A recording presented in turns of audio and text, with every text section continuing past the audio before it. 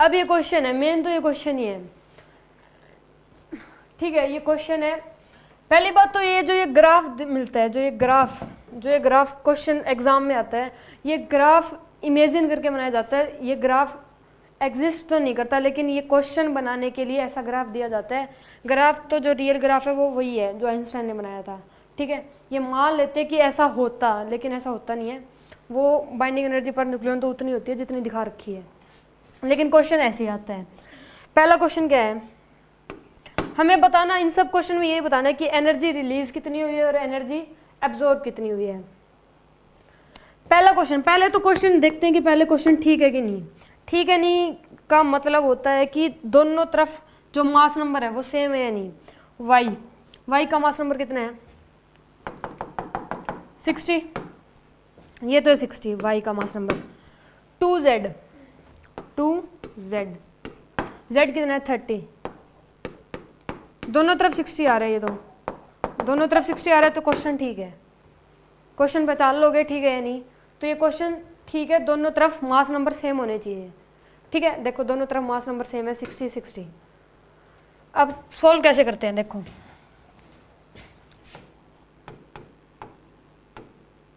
पहले y की total binding energy निकालेंगे। y की total binding energy, mass number क्या है इसका 60, बाइंडिंग एनर्जी पर न्यूक्लियन कितनी है 10, तो इससे मल्टीप्लाई कर देंगे 60 × 10। मास नंबर को binding energy per nucleon multiply कर दी, ठीक है। अब 2z की निकालेंगे, 2 का 2 रहेगा। z की टोटल बाइंडिंग एनर्जी निकालते हैं। z मास नंबर कितना है 30, बाइंडिंग एनर्जी पर न्यूक्लियन कितनी है 4, तो 30 × 4, ये कितना आ गया 600, और ये कितना आएगा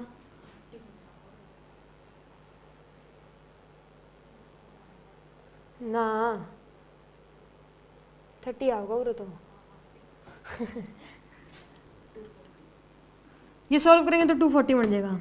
अब देखो टोटल बाइंडिंग एनर्जी पहले कितनी थी 60 क्या 600, पहले कितनी थी 600, बाद में कितनी होगी 240, बाद में कितनी होगी 240, तो टोटल बाइंडिंग एनर्जी क्या हुई है, कम हुई है।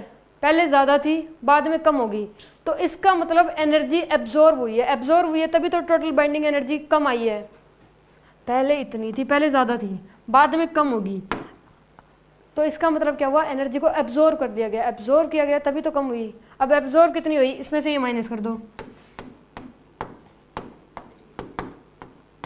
360, तो इसका आंसर क्या आएगा 360 एब्जॉर्ब, 360 एब्जॉर्ब, ये इसका आंसर है। समझ आ गया। देखो पहले एनर्जी क्या थी, ज़्यादा थी, टोटल बाइंडिंग एनर्जी ज़्यादा थी, बाद में क्या होगी, कम होगी, कम होगी ना, तो मतलब एब्जॉर्ब करी तभी तो कम हुई। अगर हम रिलीज करते, टोटल बाइंडिंग एनर्जी इतनी थी, अगर रिलीज करते तो बढ़ जाती, मतलब रिलीज करते तो बढ़ जाती ना, अब कम हुई है, कम हुई है तो मतलब एब्जॉर्ब करिए तभी तो कम हुई है। समझ रहे हो एनर्जी। एग्जाम्पल ले लो रे कोई, जैसे मान लो आपके पास एक प्रोटीन है, शेकर में प्रोटीन है, आपके पास कितनी 600 कैलोरीज है उसके अंदर, उस प्रोटीन के अंदर कितनी है 600 कैलोरीज है। आपने वो जो प्रोटीन था वो पी लिया तो कुछ कैलोरीज आपके अंदर चली गई, कैलोरीज कम हुई, कैलोरीज कम हुई, ये नहीं पता कितनी कम हुई, लेकिन ये पता चल रहा है कि उस प्रोटीन में इतनी बची हुई है, तो ये तो पता लगा लोगे कि आपने कितनी पी, माइनस कर दो इसमें से, ये कैलोरीज निकल जाएगी, कितनी निकली, कितनी बची, कैलोरीज बची हुई कैलोरीज निकाल लोगे। तो एब्जॉर्ब करिए आपने, जब वो प्रोटीन पिया तो इसका मतलब एब्जॉर्ब भी किया, एब्जॉर्ब किया तभी तो एनर्जी कम हुई ना, तभी तो टोटल कैलोरीज थी वो कम हुई। समझ गए, समझ गए होगे यार। पहले ज़्यादा है फिर कम है, पहले ज़्यादा है फिर कम है, तो इसका मतलब यहाँ पे एब्जॉर्ब हो रहा है, इमिशन ही एब्जॉर्ब हो रही है यहाँ पे एनर्जी, ठीक है। सेकंड क्वेश्चन देखो, सेकंड, ठीक है, थोड़ा ट्राई करना, खुद भी ट्राई कर लो, एक आधे क्वेश्चन बहुत है, ये 20 पार्ट है इनके, करवाने तो सारे ही है। पहले देखते हैं क्वेश्चन ठीक है या नहीं। W का मास नंबर कितना है 120, 2z नहीं 2y, y 60,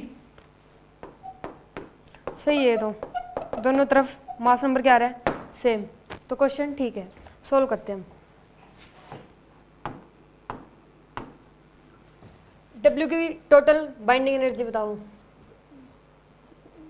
120 इंटू 120 इंटू 6, 2 का 2। वाई की total binding energy 60 into, solve करो, इसे सोल्व करने की तरह बनेगा 720, और इसे करेंगे तो 1200। अब देखो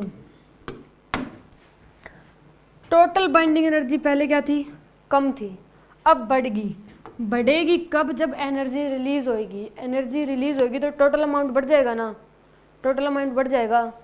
जैसे ये मान लो, इसमें भी एग्जांपल ले लो यार एक, जैसे मान लो ये 4 पार्टिकल है, 4 पार्टिकल है, इन चारों के पास 2.5 MeV की एनर्जी है, चारों के पास।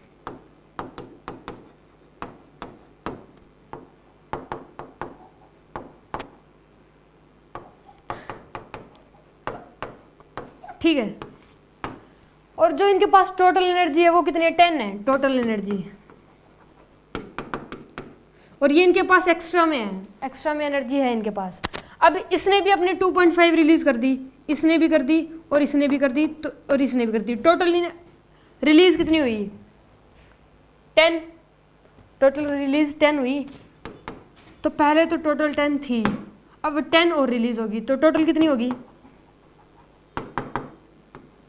20 होगी। अब देखो पहले कम थी, अब बढ़ गई, तो यहाँ पे क्या हुआ है, रिलीज करनी पड़ी एनर्जी तभी बढ़ी ना, है ना। यहाँ पे इन्होंने एनर्जी रिलीज करी तभी ये टोटल एनर्जी बढ़ गई। तो इसमें भी सेम ही हो रहा है, पहले कम थी अब बढ़ गई, तो इसका मतलब यहाँ पे एनर्जी क्या हुई है, रिलीज हुई है। देन कितनी हुई है वो देखो,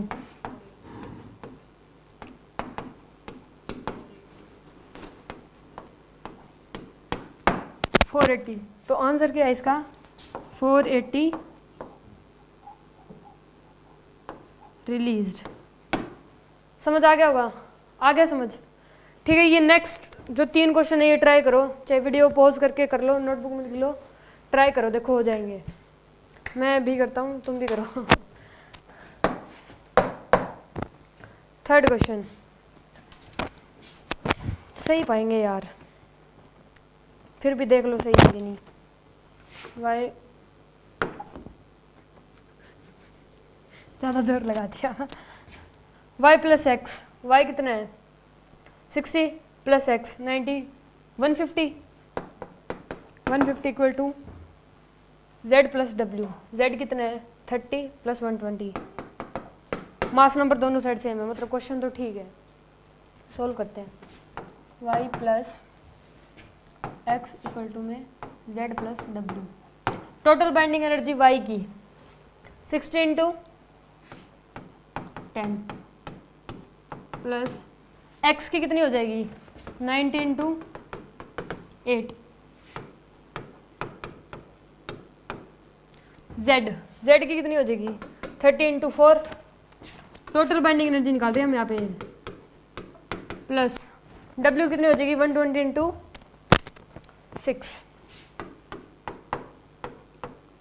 इंटू 6। इसे सोल्व करेंगे तो कितना बनेगा 720, नहीं रुको 600 प्लस में 9 टू 720, वे टोटल कितना बन जाएगा 0 2। ठीक है, अब इधर करते हैं, ये कितना बनेगा 240 प्लस 720, अभी कितना बन जाएगा 2 6 9। अब देखो पहले टोटल बाइंडिंग एनर्जी क्या थी, ज़्यादा, कम होगी मतलब क्या हुआ है यहाँ पे, एनर्जी का क्या हुआ है एमिशन या एब्जॉर्ब, समझ तो आ रहा है, चलो थोड़ा बहुत। ठीक है, 3rd क्वेश्चन समझ आ गया होगा यार। नहीं, अगर इसमें कंफ्यूजन आ रही है एब्जॉर्ब में और एमिशन में तो सीधा ही कर लो। अगर टोटल बाइंडिंग एनर्जी पहले ज़्यादा थी बाद में कम होगी तो मतलब वहाँ पे एब्जॉर्ब हुई है, या फिर पहले कम थी बाद में ज़्यादा होगी तो वहाँ पर रिलीज़ हुई है, याद ही कर लो, दो ही चीज़ तो याद करनी है, बाकी ये कॉन्सेप्ट वाइज करोगे तो ज़्यादा सही है। अच्छा एब्जॉर्ब कितनी हुई है तो निकाल लें।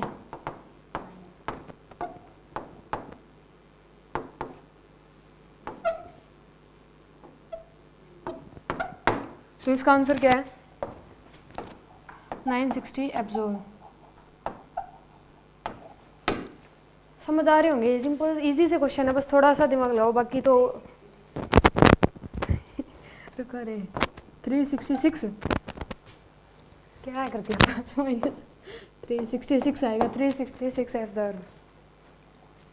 ठीक है, थोड़ा सा बस ये एब्जॉर्ब और रिलीज में ही ध्यान रखना है, और मेन यही है, बताना यही है, तो प्रैक्टिस करोगे तो हो जाएंगे क्वेश्चन, इतने टफ नहीं है। फोर्थ क्वेश्चन, W का मास नंबर 120, इधर तो आ गया 120, इक्वल टू में x प्लस जेड, एक्स का कितना है 90 और z का कितना है 30, 120 आ गया। तो क्वेश्चन तो ठीक है अपना, सोल्व करते हैं चलो।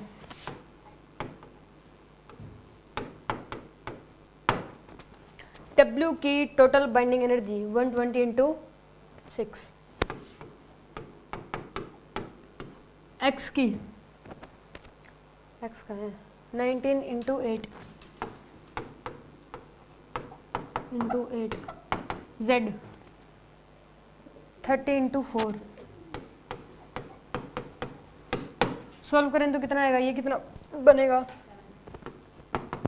ये बन गया 720, ये भी और ये प्लस करेंगे तो 960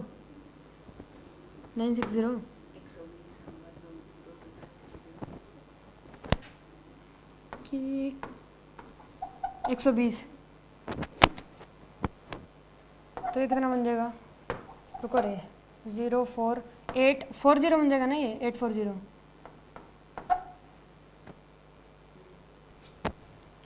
अब देखो पहले कम थी अब ज़्यादा हुई, पहले टोटल बाइंडिंग एनर्जी कम थी अब ज़्यादा होगी, तो क्या हुआ है यहाँ पे रिलीज, एनर्जी कितनी रिलीज हुई है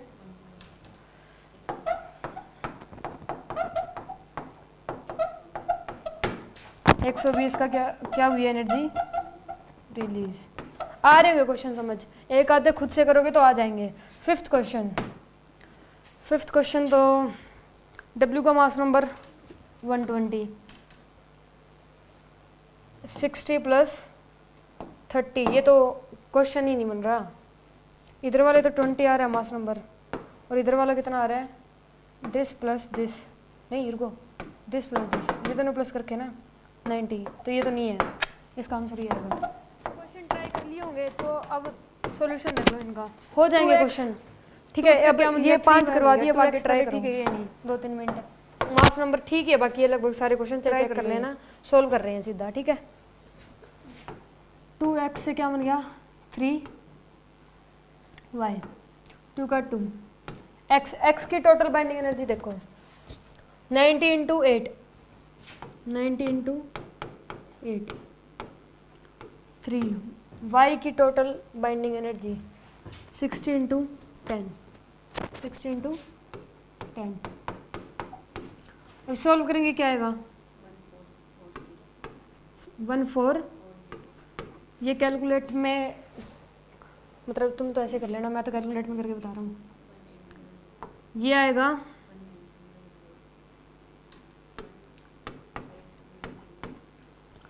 अब देखो बाइंडिंग एनर्जी सारा सोल्व हो गया ना, ये टोटल बाइंडिंग एनर्जी पहले क्या थी कम थी,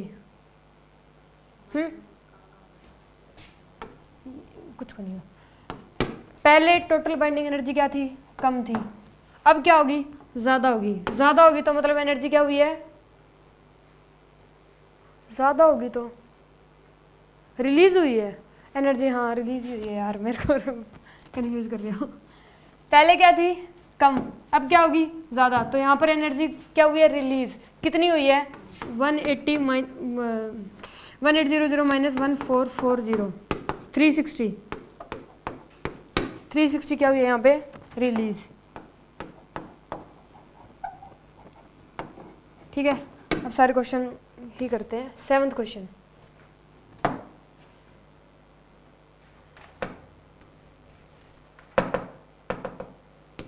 बताना पड़ेगा क्या हो टाइम खराब करेगा तो। 7th क्वेश्चन, साथ साथ ट्राई कर लो। y की total binding energy 60 × 10,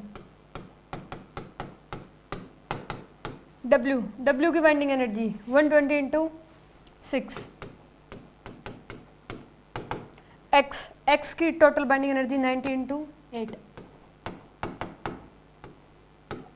plus 3z है ना, 3z 30 × 4। इसे सॉल्व करेंगे तो 600 प्लस इसे 720, ये भी 720 प्लस 360 प्लस करते हैं तो कितना आएगा 1320 और ये 1080। अब देखो पहले क्या थी, टोटल बाइंडिंग एनर्जी ज़्यादा, अब क्या होगी, कम होगी। तो कम होगी तो क्या किया, एब्जॉर्ब किया तभी कम होगी, खा गए हम एनर्जी को तभी वो कम होगी टोटल। डन। कितनी कम हुई है, 1320 माइनस 1080 कितनी आएगी 240। 240 का क्या हुआ है, 240 एनर्जी क्या हुई है,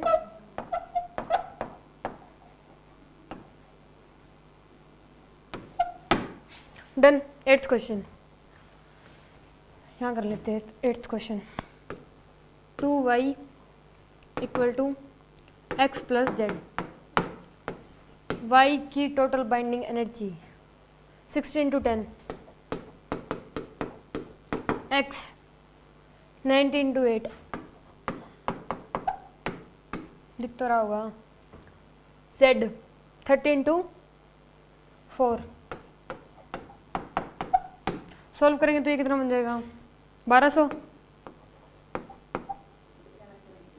720 प्लस 120, ये कितना बनेगा 840। अब देखो बाइंडिंग एनर्जी क्या थी पहले, टोटल बाइंडिंग एनर्जी ज़्यादा, ये कम होगी, कम होगी मतलब एब्जॉर्ब होगी, कम होगी मतलब एब्जॉर्ब होगी। तो कितनी होगी 1200 माइनस ये करेंगे तो 360 absorb. Done. 9th question,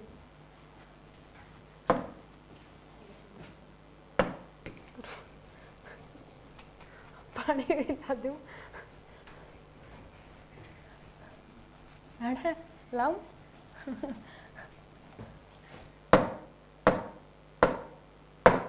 9th question,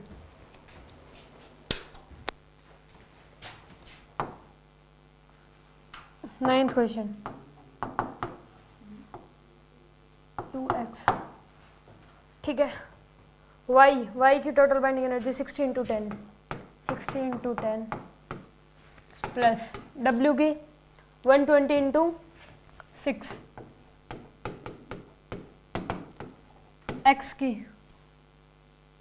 19 × 8, 600 plus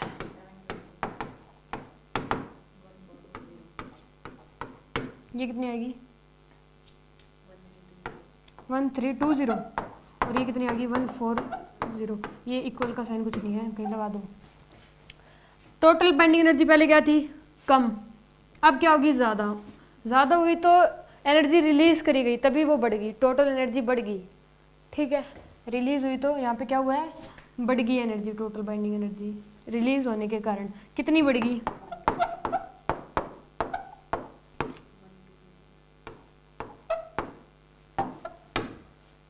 9th का आंसर क्या है 120 रिलीज। लास्ट क्वेश्चन रह गया 10th, इस कर्व का लास्ट क्वेश्चन रह गया। अभी 20 क्वेश्चन और भी है, 20 है कि 10 है, 10 और है, करेंगे कोई ना। ठीक है, हो गया होगा।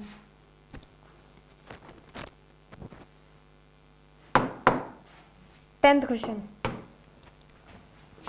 2w 2y plus x plus z 2w की टोटल बाइंडिंग एनर्जी 120 इंटू में 6,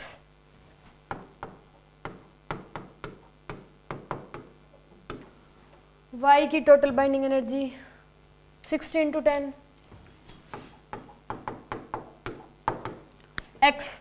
x की 19 इंटू 8 प्लस में z की 30 इंटू 4, ये कितनी बन जाएगी?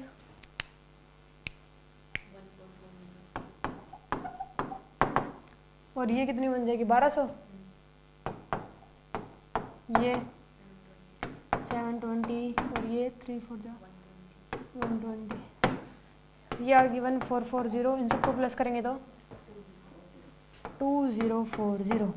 एनर्जी का डिफरेंस दिख रहा है। पहले बाइंडिंग एनर्जी क्या थी? कम थी। पहले binding energy, total binding energy कम थी, फिर ये बढ़ गई। अरे इक्वल का साइन कुछ नहीं है, अरे इक्वल मत लगाना, ठीक है। ये इसका मतलब है कि ये इससे टूटकर ये इतना सब्सटेंस बना है, ठीक है। इक्वल का साइन यही बताता है बस। टोटल बाइंडिंग एनर्जी पहले क्या थी? कम थी, बढ़ गई।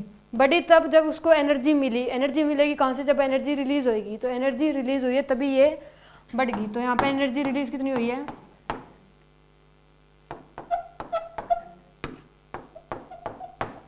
कैलकुलेशन बहुत तगड़ी है ना 600 रिलीज। तो होप ये 10 क्वेश्चन तो समझ आ गए होंगे, है ना। खुद ट्राई करोगे तो इजीली हो जाएंगे, सारे हो जाएंगे। नेक्स्ट करते हैं हम। अब क्या रखा है? कर्व ही चेंज कर दी, ग्राफ बदल के दे दिया। ऐसे भी क्वेश्चन आ सकता है, इस ग्राफ में भी क्वेश्चन आ सकता है, और जो अभी किया उसमें भी क्वेश्चन आ सकता है। दोनों में क्वेश्चन आएंगे, ठीक है। पूछेगा बस इसी टर्म में कि वही बताओ कि एनर्जी रिलीज कितनी हुई है और एनर्जी एब्जॉर्ब कितनी हुई है, ठीक है। तो करते हैं first question. x plus Y equal to Z. x की बाइंडिंग एनर्जी, x कितना दे रखा है? 19। इसमें ये क्वेश्चन के साथ इसकी वैल्यू यहाँ पे दे रखी है 19, ठीक है। y की 130 है और z की 220 है।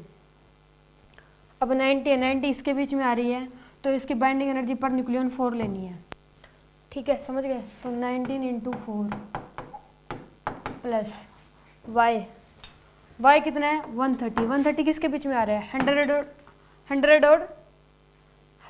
और 200 के बीच में आ रहा है। तो इसकी बाइंडिंग एनर्जी कितनी लेंगे? 10। 130 इंटू 10 इक्वल टू में z 220 इंटू में इससे नेक्स्ट वाली बाइंडिंग एनर्जी पर न्यूक्लियन कितनी लेंगे हम? 6। ये तो है 100 वाली, 100 और 20 के बीच वाली, 100 और 200 है कोई ना। इसकी बाइंडिंग एनर्जी जो इनके बीच में मास नंबर आएंगे उनकी बाइंडिंग एनर्जी पर न्यूक्लियन कितने लेंगे? 10। और 0 से 100 के बीच में जो मास नंबर आएंगे उनकी बाइंडिंग एनर्जी कितनी लेंगे? 4। और जो 200 के बाद वाले मास नंबर है उनकी बाइंडिंग एनर्जी कितनी लेंगे पर न्यूक्लियन? 6। कितनी लेंगे? 6। तो अब z क्या है? 220।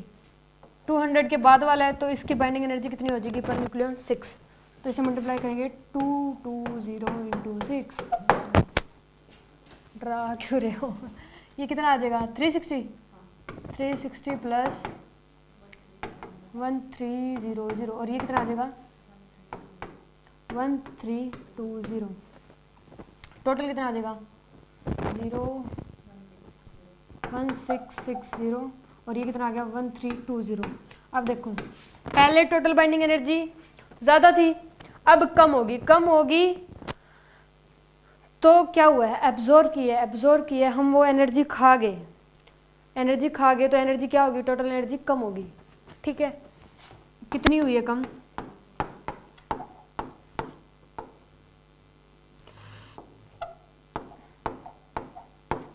340 एब्जॉर्ब हुई है ना, हाँ एब्जॉर्ब, इसका आंसर क्या है 340 एब्जॉर्ब।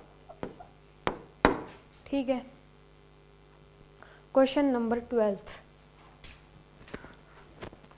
ये 5 मैं कर रहा हूँ, नेक्स्ट 5 आप खुद ट्राई कर लेना, अगर कोई डाउट हो तो पूछ लेना, कोई दिक्कत नहीं है। पर अब 12th क्वेश्चन क्या है, z plus y equal to 5x। z की मास नंबर कितना है z का, ये दे रखा 60 इंटू में, कोई ना 60 इंटू में 4 प्लस में y कितना दे रखा है 40 इंटू में बाइंडिंग एनर्जी पर न्यूक्लियन कितनी लेंगे 4 इक्वल टू में 5x कितना दे रखा है 20, वही 20 इंटू 4 कितनी आएगी ये टोटल, ये वाली टोटल, ये भी 240 प्लस 160 इक्वल टू में 400, और ये कितनी आ जाएगी 400, और ये भी 400, दोनों सेम आ गई, पहले जितनी थी बाद में भी उतनी थी टोटल बाइंडिंग एनर्जी। तो इसमें ना तो एब्जॉर्ब होएगी ना रिलीज होएगी, ना इधर रिलीज नॉर एब्जॉर्ब। ठीक है, तो इसका ये आंसर है, ना तो रिलीज होएगी ना एब्जॉर्ब होएगी। 13 question, x plus Y equal to Z, करते हैं x plus Y equal to Z. x कितना दे रखा है 60 into binding energy per nucleon कितनी लेंगे 4 प्लस y 19 इंटू 4 ही लेंगे,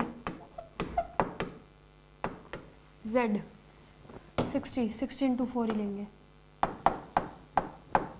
इसे सॉल्व करें तो कितना बन जाएगा 240 प्लस 360, और ये कितना बन जाएगा 1500 कैसे बन गया, 5 4 20, रुको, z क्या है, z 150 है, z 150 है, 150, तो ये कितना बनेगा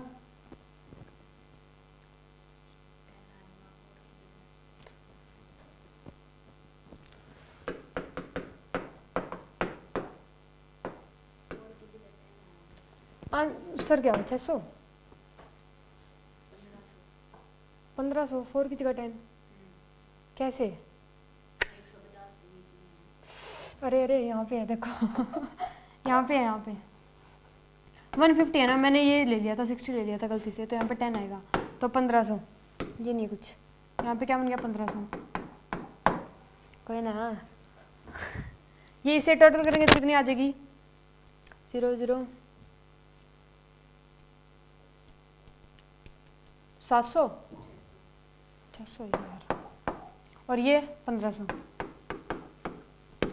पहले टोटल बाइंडिंग एनर्जी कम थी, अब क्या होगी बढ़ेगी, इंक्रीज होगी। इंक्रीज तब होगी जब एनर्जी रिलीज होगी, है ना, एनर्जी रिलीज करेंगे तो बढ़ जाएगी। कितनी बढ़ेगी 1500 में 600 गए 900, तो आंसर क्या आ गया 900 रिलीज। 14th क्वेश्चन,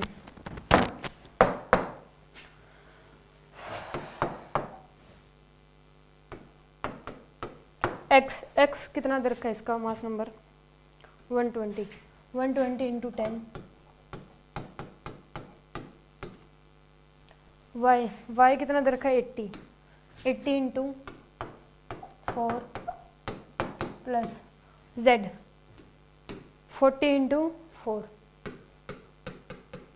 तो ये कितना आ जाएगा 1200, और ये 320 प्लस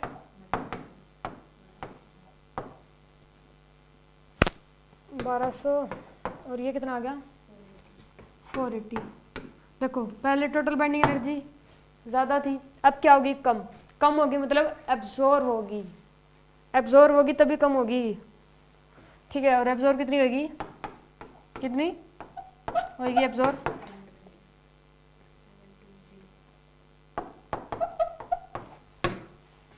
तो 14 का आंसर है 720। एब्जॉर्ब, एब्जॉर्ब नहीं, हाँ absorb.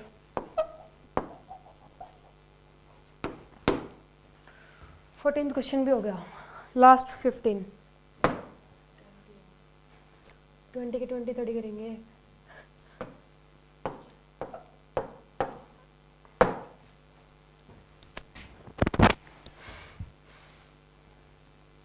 Fifteenth question, y plus Z equal to X, ठीक है। x y कितना है, y 110 इंटू में क्या करेंगे 10 प्लस z कितना है 130 इंटू में 10, x कितना है 240 के लिए 240 इंटू 6, ये हो जाएगा 1100 प्लस में 1300 इक्वल टू में कितना बनेगा 6,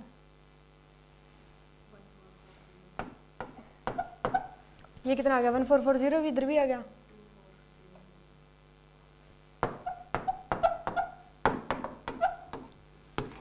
पहले टोटल बाइंडिंग एनर्जी ज़्यादा थी, पहले टोटल बाइंडिंग एनर्जी क्या थी, ज़्यादा थी। अब क्या होगी, कम होगी। अब क्या होगी, कम। कम कब होएगी, जब वो हम ले लेंगे, एब्जॉर्ब कर लेंगे। एब्जॉर्ब करेंगे तभी कम होगी, रिलीज़ करेंगे तो वो और ज़्यादा बढ़ जाएगी, फिर तो ये इससे ज़्यादा भी बढ़ जाएगी, ज़्यादा बढ़ जाएगी। लेकिन यहाँ पर क्या हो रहा है, एब्जॉर्ब कर रहे हैं एनर्जी को एब्जॉर्ब कर रहे हैं, तभी टोटल बाइंडिंग एनर्जी कम होगी। कितनी होगी,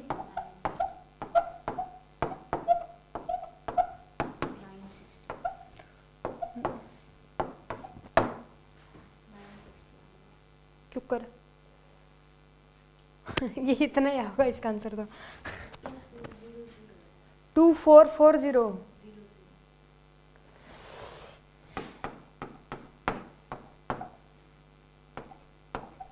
2400 आएगा रे यहाँ पे। कितनी आएगी अब, 960 आ जाएगी। 960 क्या होगी एब्जॉर्ब, ठीक है। 15 क्वेश्चन करवा दिए, 5 कर लेना, अगर कोई डाउट हो तो पूछ लेना। ये 5 देख लो, नोट कर लो, कुछ भी कर लो वीडियो रोक के, ठीक है। कुछ भी मतलब ये नोट कर लो, ठीक है। ये क्वेश्चन कर लेना। न्यूक्लियर फ्यूजन रिएक्शन, ये आइंस्टाइन ने खुद रिएक्शन करी थी, आइंस्टाइन का एक्सपेरिमेंट था ये। आइंस्टाइन ने एक रिएक्शन दी थी, ठीक है, जिसका नाम क्या था, न्यूक्लियर फ्यूजन रिएक्शन। जो ये रिएक्शन है ये सीधे एटम बॉम्ब में होती है, ठीक है। ये समझते हैं क्या होती है। आइंस्टाइन ने क्या किया, एक स्लो मूविंग न्यूट्रॉन लिया, एक स्लो मूविंग न्यूट्रॉन। जो ये न्यूट्रॉन देख रहे हो ये क्या है, स्लो मूविंग।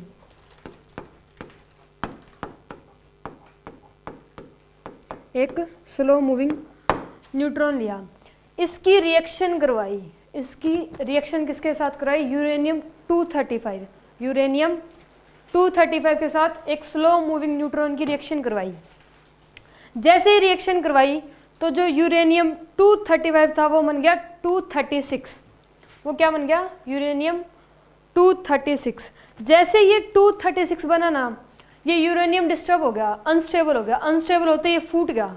फूटने के बाद जैसे ये फूटा तो इसने 2 पार्टिकल दिए, 2 अलग न्यूक्लियस दिए, जिसमें से एक क्या था, बेरियम 144 और एक था क्रिप्टॉन 89। 2 पार्टिकल मिले, बेरियम 144 और क्रिप्टॉन 89। साथ में 3 न्यूट्रॉन भी रिलीज हुए, साथ में 3 न्यूट्रॉन भी रिलीज हुए। जो ये तीनों क्या थे, फास्ट मूविंग थे। क्या थे तीनों, फास्ट मूविंग। तीनों क्या थे, फास्ट मूविंग, ठीक है। तीनों थे फास्ट मूविंग। साथ में कुछ एनर्जी भी रिलीज हुई, 200 MeV की, 200 MeV की एनर्जी भी रिलीज हुई जब यूरेनियम 235 की रिएक्शन एक स्लो मूविंग न्यूट्रॉन के साथ करवाएगी। जैसे ही करवाएगी तो वो यूरेनियम 236 बन गया। 236 बनते ही वो डिस्टर्ब हो गया, अनस्टेबल हो गया। अनस्टेबल होते ही वो फट गया। फटने के बाद उसने 3 तो न्यूट्रॉन निकाले जो क्या थे, फास्ट मूविंग थे। 3 न्यूट्रॉन निकाले फास्ट मूविंग और 2 पार्टिकल निकाले जो एक तो था बैरियम 144 और क्रिप्टॉन 89। बैरियम 144 और क्रिप्टॉन 89। साथ में क्या रिलीज हुई, एनर्जी कितनी, 200 MeV की एनर्जी रिलीज हुई। देखो जैसे कि ये है यूरेनियम 235 की जब रिएक्शन करवाई गई एक न्यूट्रॉन के साथ, तो पहले तो क्या बन गया यूरेनियम 236, उससे क्या बन गए barium 144 plus krypton 89 plus 3 neutron निकले प्लस एनर्जी निकली। और ये एनर्जी कितनी थी, 200 MeV की एनर्जी निकली। अब क्वेश्चन ये आता है कि ये एनर्जी रिलीज कहाँ से हुई, एनर्जी कहाँ से आई, एनर्जी कहाँ से आई। एक तो केमिस्ट्री में भी पढ़ते हैं, देखो अगर इसकी बाइंडिंग एनर्जी निकाल ली बैरियम की और क्रिप्टॉन की बाइंडिंग एनर्जी निकाल ली तो ये यूरेनियम से क्या होगी, ज़्यादा मिलेगी, यूरेनियम से ज़्यादा मिलेगी बाइंडिंग एनर्जी। तो प्रोडक्ट के साइड एनर्जी ज़्यादा है और रिएक्टेंट के पास क्या है, कम, तो एनर्जी रिलीज ही होती है। प्रोडक्ट के पास एनर्जी ज़्यादा है और रिएक्टेंट के पास एनर्जी क्या है, कम, तो एनर्जी रिलीज ही होएगी, है ना। ये केमिस्ट्री में भी होता है। और अगर ऐसे नहीं समझ आ रहा तो ऐसे कर लो, देखो इन तीनों का मास ले लो, इन तीनों का मास जो ये प्रोडक्ट बना इन तीनों का मास ले लो और इन दोनों रिएक्टेंट का मास ले लो। इसका मास कम आएगा, इसका मास ज़्यादा आएगा, रिएक्टेंट का मास ज़्यादा आएगा, प्रोडक्ट का मास कम आएगा। मास कम आया, मास डिफरेंस आ गया, मास डिफरेंस आ गया मतलब मास डिफेक्ट आ गया, है ना। मास डिफेक्ट आ गया तो मास डिफेक्ट किस में कन्वर्ट होएगा, बाइंडिंग एनर्जी में। बाइंडिंग एनर्जी में तो वहीं से एनर्जी रिलीज होती है 200 MeV की। समझ आ गया एनर्जी कैसे रिलीज होती है।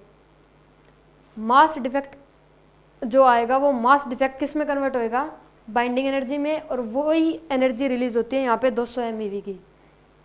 ठीक है, तो ये एटम बम जो होता है, जो ब्लास्ट करने वाला जो एटम बम होता है, उसमें ये सेम प्रोसेस होता है, उसमें सेम प्रोसेस होता है। अब देखो ये 3 न्यूट्रॉन निकले, ये तो फास्ट मूविंग है, इन्हें स्लो मूविंग करना पड़ेगा पहले। ये क्या है, फास्ट मूविंग है, इन्हें स्लो मूविंग करेंगे तो एक मोडिएटर ऐसा ही कुछ नाम होता है, मोडिएटर होता है, हाँ मोडिएटर। तो कुछ मोडिएटर आते हैं, वो इन जो ये तीनों न्यूट्रॉन जो ये फास्ट मूविंग है इनको स्लो कर देते हैं। मोडिएटर जैसे कि ग्रेफाइट इन तीनों न्यूट्रॉन को स्लो कर सकता है। Graphite, heavy water H2 heavy water, तो इन 2 मोडिएटर की वजह से ये क्या हो जाएंगे, स्लो हो जाएंगे। स्लो होने के बाद ये आगे फिर रिएक्शन करेंगे, सेम रिएक्शन ये वाली प्रोसेस आगे होएगी इन तीनों न्यूट्रॉन की वजह से। ऐसे ही ये रिएक्शन चलती जाएगी। ये 3 आगे 9 में करेंगे, 9 में सीधा 27, 27 में सीधा फिर 81। ऐसे रिएक्शन 1 सेकंड में बहुत सारी रिएक्शन हो जाएगी। बहुत कम टाइम लगता है, समझाने में ज़्यादा टाइम लगता है, रिएक्शन तो तभी तुरंत हो जाएगी, तभी तो इतनी सारी एनर्जी रिलीज होती है। एक रिएक्शन से 200 MeV की एनर्जी रिलीज हुई और 1 सेकंड में कितनी रिएक्शनें होगी।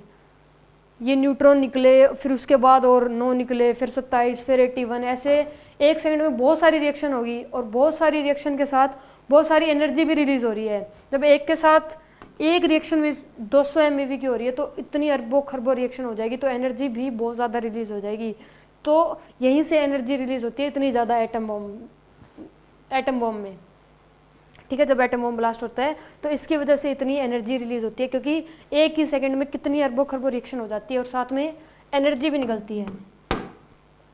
एक वो नाम सुना होगा न्यूक्लियर रिएक्टर, जिसे इलेक्ट्रिसिटी बनाते हैं, उसमें भी ये सेम प्रोसेस होती है। बस एटम बम और इसमें फ़र्क क्या होता है, जो न्यूक्लियर रिएक्टर होते हैं उसमें एक रोड लगाई जाती है, कंट्रोल रोड कहते हैं उसे, हाँ कंट्रोल रोड ही कहते हैं। तो जो वो कंट्रोल रोड होती है वो देखो, जैसे ये एक रिएक्शन होगी और जो उसके अंदर न्यूक्लियर रिएक्टर के अंदर जो कंट्रोल रोड है वो इन 2 न्यूट्रॉन को एब्जॉर्ब कर लेती है। 2 न्यूट्रॉन को एब्जॉर्ब किया, ये आगे जाके फिर रिएक्शन करेगा, फिर 3 न्यूट्रॉन निकलेंगे, फिर 2 न्यूट्रॉन एब्जॉर्ब हो जाएंगे, फिर ये एक दोबारा से रिएक्शन करेगा। ऐसे इसमें एनर्जी निकलती तो है जिससे इलेक्ट्रिसिटी बनाते हैं, लेकिन वो कांस्टेंट ही चलती है, वो बढ़ती नहीं है। जैसे एटम बम में तो बढ़ती जाती है एनर्जी, रिलीज ज़्यादा ही होती जाती है, लेकिन जिससे हम इलेक्ट्रिसिटी बनाते हैं उसमें कांस्टेंट एनर्जी फ्लो करती है। ठीक है, तो ये आइंस्टाइन ने खुद ये एक्सपेरिमेंट दिया, ये खुद एक रिएक्शन दी, न्यूक्लियर फ्यूजन रिएक्शन। और देखो इसके बारे में आगे भी कुछ है, ये ऐसे होती है रिएक्शन। देखो पहले एक इंसिडेंट न्यूट्रॉन था, फिसाइल न्यूक्लियस, ये कोई एक न्यूक्लियस था। स्प्लिटिंग ऑफ न्यूक्लियस स्प्लिट हुए, एनर्जी रिलीज हुई, फिर 3 न्यूट्रॉन निकले, फिर इन्होंने आगे जाके फर्दर रिएक्शन करी। अभी एक चैन बन गई, आगे जाके फिर रिएक्शन होगी, फिर 3 न्यूट्रॉन निकलेंगे, फिर वो तीनों रिएक्शन करेंगे, फिर आगे 3 निकलेंगे, वो तीनों रिएक्शन करेंगे। ऐसे एक क्या बन गई, ये चेन बन गई। तो एक ये क्या होगी, चेन रिएक्शन। ठीक है, ये वही कि यूरेनियम 235 लिया, एक न्यूट्रॉन के साथ इसकी रिएक्शन करवाई, यूरेनियम 236 बन गया। फिर उसमें से क्या निकले, 2 पार्टिकल, बेरियम 144 और क्रिप्टॉन 89, और 3 न्यूट्रॉन निकले, और साथ में एनर्जी रिलीज हुई कितनी, 200 MeV की। कितनी, 200 MeV की। ठीक है, समझ गए होगे। ओके जी, आगे ये देखो, बिफोर न्यूक्लियर रिएक्शन, ये हम यहाँ पे AMU में ही बात करेंगे, इसलिए AMU में पढ़ा था, क्योंकि ये सारी जो रिएक्शन जो आइंस्टाइन ने बताई थी ये AMU में बताई थी। डन। मास ऑफ यूरेनियम 235 ले लिया, इतना ही होता है, चाहे इंटरनेट पे सर्च कर लेना। ये सारी जो वैल्यूज़ है ये एकदम करेक्ट है, इसमें कोई डिफेक्ट नहीं है, कोई खराबी नहीं। ठीक है, मास ऑफ 1 न्यूट्रॉन कितना ले लिया, इतना। टोटल कर दिया इन रिएक्टेंट्स का मास, जब टोटल किया तो ये आया इतना, 236.052624 AMU। Done. After nuclear reaction, ये न्यूक्लियर रिएक्शन से पहले की बात है, ये बाद की बात है। मास ऑफ बेरियम जो इन रिएक्टेंट से ही बने थे, मास ऑफ बेरियम कितना है, इतना। मास ऑफ क्रिप्टॉन कितना है, ये। मास ऑफ 3 न्यूट्रॉन, इतना। टोटल मास किया तो ये इतना आ गया, 235.866783 AMU। अब देखो ये मास ज़्यादा है, रिएक्टेंट का मास ज़्यादा है, प्रोडक्ट का मास कम है, 236, 235। ये क्या है, कम है, और ये क्या है, ज़्यादा। मास ऑफ रिएक्टेंट ज़्यादा है मास ऑफ प्रोडक्ट से, ज़्यादा है। कितना ज़्यादा है वो, मतलब डिफरेंस निकालेंगे, वही मास डिफेक्ट आ जाएगा। मास डिफेक्ट कितना आ गया, मास डिफरेंस या मास डिफेक्ट, ये इतना आ गया। अब MeV में अगर कन्वर्ट करना होता है तो इस वैल्यू से मल्टीप्लाई कर देंगे। अगर MeV में कन्वर्ट करना है, एनर्जी रिलीज निकालनी है, MeV में कन्वर्ट करना है, तो 931.5 से मल्टीप्लाई कर देंगे मास डिफेक्ट की। ठीक है, तो ये आता तो इतना है, लेकिन अप्रोक्स इसे 200 MeV ही लेके चलते हैं, चाहे कैलकुलेशन कैसे कर लेना, 200 आंसर नहीं आता, अप्रोक्स 200 ही लेके चलते हैं, और हर बुक में यही मिलेगा। ये कैसे भी 200 नहीं आता, बस ये इसमें थोड़ा वो आ सकता है कि 174 हो जाएगा, 175 हो जाएगा लास्ट, या फिर 172 हो जाएगा, बस 200 तो कहीं से भी नहीं आता, लेकिन हर बुक में यही है, तो 200 MeV ही लेके चलनी पड़ती है। ठीक है, समझ आ गया ना, ये 200 MeV एनर्जी रिलीज कैसे होती है, आ गया होगा समझ, आ गया समझ, 200 MeV एनर्जी रिलीज। और ये रिएक्शन किस में होती है, एटम बम में ये सेम रिएक्शन होती है। ठीक है, तभी एटम बम से इतनी ज़्यादा एनर्जी रिलीज होती है। डन। देखो ये न्यूक्लियर फ्यूजन वही बता रखा है जो आइंस्टाइन ने रिएक्शन करी थी, वही बता रखा है कि nuclear fusion is found in heavy nucleus like uranium 235। Uranium 235, if uranium 235 is bombarded with a slow moving neutron. ये वही बता रखा है कि एक हैवी न्यूक्लियस लिया,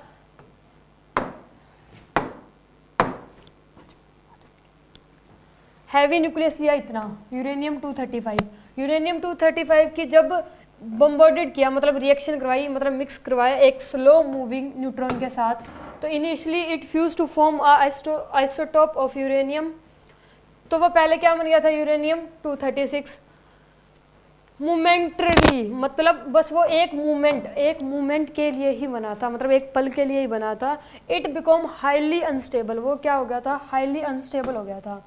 this isotope explode into 2 fragments releasing a tremendous, पता नहीं क्या है,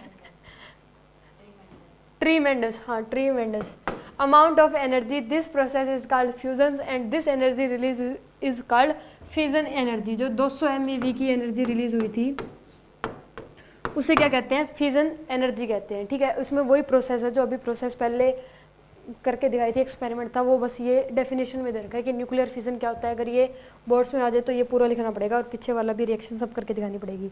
फिजन रिएक्शन फिर से बता रखिए कि यूरेनियम 235 को एक स्लो मूविंग न्यूट्रॉन के साथ अगर इसकी रिएक्शन करवा दें तो ये बन जाएगा यूरेनियम 236 और ये क्या होगा, अनस्टेबल होएगा, ठीक है। फिर यूरेनियम 236 क्या हो जाएगा,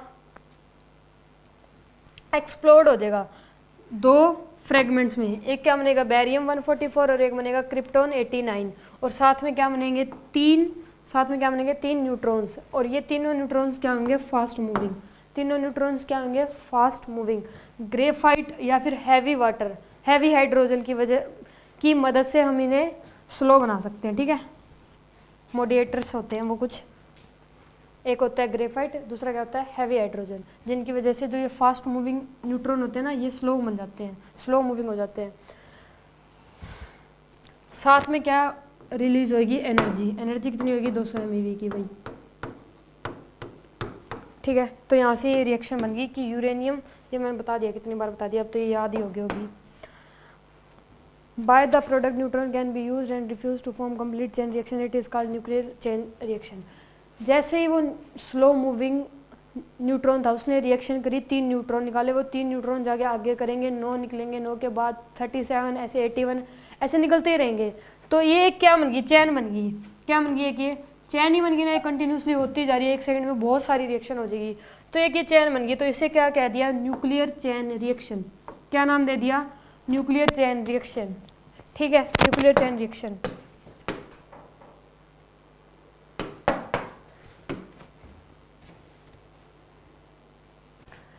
रिएक्शन है न्यूक्लियर फ्यूजन रिएक्शन, ये भी आइंस्टाइन ने ही रिएक्शन दी थी।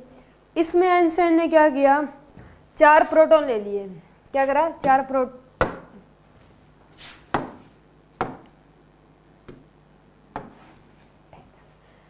प्रोटॉन ले लिए, ठीक है। इनको कंबाइन करवाया, 4 प्रोटॉन ले लिए और इनको क्या करवाया, कंबाइन करवाया। जैसे इनको कंबाइन करवाया तो इसमें से क्या मिला, एक तो मिला हीलियम न्यूक्लियस और ये दोनों ये क्या थे, पॉजिट्रॉन। 2 पार्टिकल किसके मिले, पॉजिट्रॉन के, पॉजिट्रॉन ही है ना ये, पॉजिट्रॉन, ठीक है। और ये 2 न्यू पार्टिकल बने, इनका नाम क्या था, न्यूट्रिनो, न्यूट्रिनो। और ये क्या होते हैं, मासलेस, ना तो इसमें कोई मास होता और ये चार्जलेस भी होते हैं, ठीक है, ना तो इनमें कोई मास होता ना कोई चार्ज होता।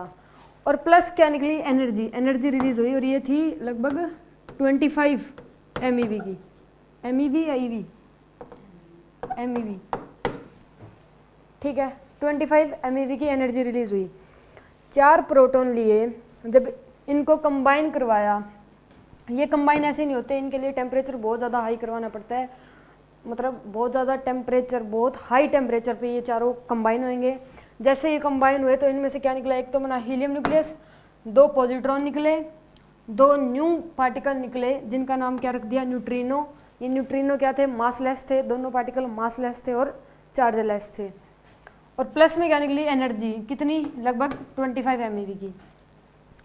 अब ये रिएक्शन सेम ही बता रखी है। अब इसमें डाउट तो ये आता है कि 4 प्रोटॉन मिलाए तो ये न्यूट्रॉन कहाँ से आ गए, हीलियम न्यूक्लियस में 2 प्रोटॉन 2 न्यूट्रॉन होते हैं, तो हीलियम न्यूक्लियस में ये 2 न्यूट्रॉन कैसे आ गए। तो जब एक प्रोटॉन टूटता है, He ले लो, H1 ले लो, इसमें क्या होता है, H1 में सारे वही होते हैं, प्रोटॉन ही होते हैं, सारे प्रोटॉन ही घूमते हैं, ठीक है। एक अगर प्रोटॉन टूटेगा तो वो किस किस में टूटेगा, एक तो वो देगा न्यूट्रॉन, प्लस क्या देगा, ये पॉजिट्रॉन, प्लस बीटा 0, प्लस क्या देगा, एक न्यूट्रिनो, प्लस क्या देगा, एनर्जी। ये एक प्रोटॉन टूटेगा तो ये इतना सब कुछ मिलेगा एक प्रोटॉन के टूटने से, ठीक है। इसे कुछ एनर्जी देनी भी पड़ेगी, पहले भी एनर्जी देनी पड़ेगी इसको, क्योंकि तोड़ेंगे ऐसे तो थोड़ी टूटेगा, एनर्जी देंगे तभी वो टूटेगा, तो इसे पहले कुछ एनर्जी भी देनी पड़ेगी, ठीक है। तो ये इतना सब कुछ एक प्रोटॉन में से बनता है। अब देखो ये प्रोटॉन और ये प्रोटॉन, ये तो दोनों सेम आ गए, ये टूटा, इसने क्या दिया, एक न्यूट्रॉन, एक पॉजिट्रॉन, एक न्यूट्रिनो और कुछ एनर्जी। ये वाला प्रोटॉन टूटा तो इसने क्या दिया, एक तो न्यूट्रॉन दिया, एक दूसरा पॉजिट्रॉन दिया और एक न्यूट्रिनो दिया और एक थोड़ी कुछ एनर्जी दी, टोटल 25 MeV की एनर्जी आ गई, ठीक है। तो ये आइंस्टाइन ने ये रिएक्शन बताई थी। ये नोट देखो, for nuclear fusion reaction temperature must be of the order of 10⁻⁷ kelvin. ये जो टेम्परेचर दिखा रखा है 10⁻⁷ केल्विन, ये बहुत ज़्यादा हाई टेम्परेचर होता है। ये रिएक्शन तभी करवा सकते हैं जब टेम्परेचर कितना हो, 10⁻⁷ केल्विन, ठीक है। हाई टेम्परेचर पर जाके यही पॉसिबल होती है रिएक्शन, क्योंकि ये कंबाइन नहीं होते। इनको कंबाइन करवाने के लिए टेम्परेचर बहुत ज़्यादा हाई चाहिए, इनको कंबाइन करवाने के लिए टेम्परेचर बहुत ज़्यादा हाई चाहिए, ठीक है। तो ये आइंस्टाइन ने ये भी बताया, यहाँ से 2 पार्टिकल्स भी बने और कुछ एनर्जी भी बनी अलग। डन। ये देखो, बिफोर न्यूक्लियर रिएक्शन से पहले मास ऑफ 4 प्रोटॉन कितना था, एक प्रोटॉन का इतना होता है AMU में, 4 से मल्टीप्लाई कर देंगे तो ये आ गया इतना। Total mass of all reactants यही सेम ही आ जाएगा, रिएक्टेंट 4 वही तो थे, प्रोटॉन ही थे, तो सेम आ गया। डन। आफ्टर न्यूक्लियर रिएक्शन होने के बाद mass of helium nucleus AMU में इतना होता है, मास ऑफ 2 पॉजिट्रॉन, 2 से मल्टीप्लाई करके ही लिखा हुआ है, ठीक है। तो मास ऑफ 2 पॉजिट्रॉन कितना हो जाएगा, इतना AMU में। मास ऑफ 2 न्यूट्रिनो का अभी बताया ना, तो कोई मास होता है ना कोई चार्ज होता है, तो इसका कितना आ जाएगा 0 AMU या फिर म्यू, कुछ भी कह लो। Total mass of all product का मास कितना आया, रिएक्टेंट का मास था 4.029104 AMU और प्रोडक्ट का मास क्या था टोटल 4.002603 AMU। ज़्यादा किसका है, रिएक्टेंट्स का ज़्यादा है। देखो मास ऑफ रिएक्टेंट्स ज़्यादा है मास ऑफ प्रोडक्ट से, तो यहाँ पे क्या आ जाएगा, मास डिफरेंस आ गया। मास डिफरेंस क्या होता है, मास डिफेक्ट। तो मास डिफेक्ट से जो बाइंडिंग एनर्जी बनेगी, मास डिफेक्ट जो बाइंडिंग एनर्जी में कन्वर्ट हो जाएगा, वही यहाँ पर एनर्जी रिलीज होती है, ठीक है। अब देखो ये इतना मास डिफरेंस आ गया, जिसे मास डिफेक्ट भी कह सकते हैं, ठीक है।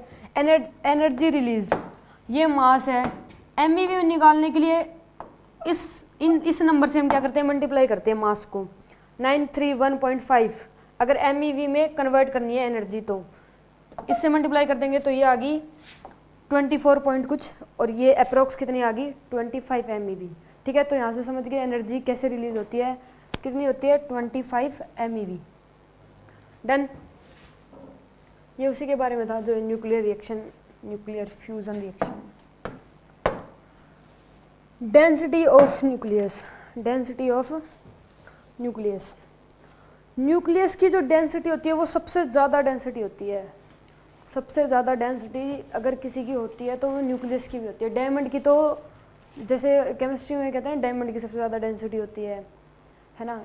डायमंड की तो न्यूक्लियस की डेंसिटी के आसपास भी नहीं है, बहुत कम डेंसिटी है डायमंड की। अगर न्यूक्लियस भी देखें तो न्यूक्लियस की डेंसिटी कितनी होती है 2 × 10⁻17 kg/m³। ये दुनिया की सबसे ज़्यादा डेंसिटी होती है, सबसे ज़्यादा डेंसिटी, जो ये रदरफोर्ड ने बताई थी, ठीक है। Rutherford. The density of the nuclei of all atoms is almost same and its value is, nucleus की वैल्यू सबसे डेंसिटी ऑफ न्यूक्लियस सबसे ज़्यादा होती है। कितनी होती है 2 × 10⁻17 kg/m³। ये बात रदरफोर्ड ने बताई, ठीक है। हरकतें। साइज ऑफ न्यूक्लियस, रदरफोर्ड ने एक बात बताई कि इसने साइज ऑफ न्यूक्लियस के बारे में बताया। इसने एक बात बताई कि जो वॉल्यूम होती है किसी भी न्यूक्लियस की वॉल्यूम होती है वो डायरेक्टली प्रोपोर्शनल होती है उसके मास नंबर के। डायरेक्टली प्रोपोर्शनल क्या होती है उसके मास नंबर के। मास नंबर को ए से डिनोट करते हैं। ये देखो, ये रदरफोर्ड ने बताया कि किसी भी न्यूक्लियस का जो वॉल्यूम है वो डायरेक्टली प्रोपोर्शनल होता है उसके मास नंबर के। अगर मास नंबर बढ़ेगा तो वॉल्यूम भी बढ़ेगा, ठीक है। और कुछ मैथमेटिक्स लगा के बाय सॉल्विंग दिस ये आ गया। ये अब आया कैसे, ये सुन लो।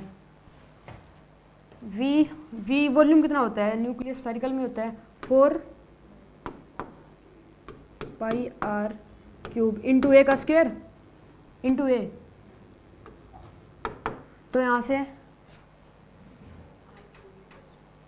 आर क्यूब यहाँ से क्या हो जाएगा डायरेक्टली प्रोपोर्शनल टू ए। दोनों का वो करेंगे क्यूब रूट, तो क्या आ जाएगा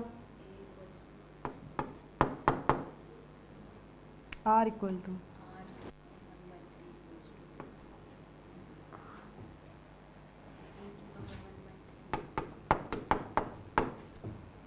टू ए की पावर 1/3।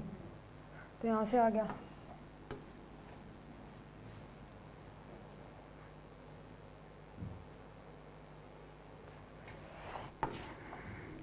रुको,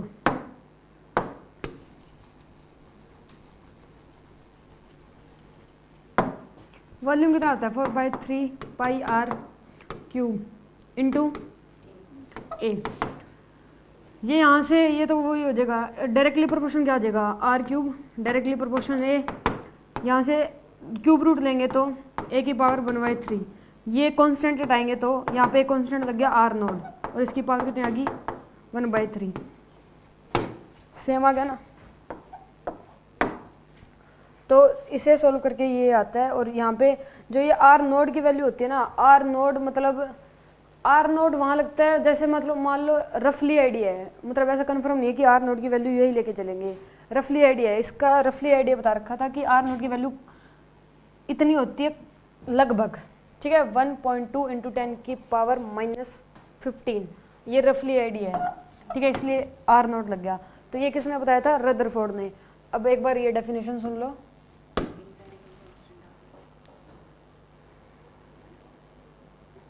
the volume of the nucleus is directly proportional to the number of nucleons in it. जो वॉल्यूम होता है किसी भी न्यूक्लियस का वो डायरेक्टली प्रोपोर्शनल होता है न्यूक्लियॉन्स के मास नंबर के, ठीक है। और जो ये आर नोड होता है ना, इसे एम्पेरिकल कांस्टेंट कहते हैं। Empirical constant,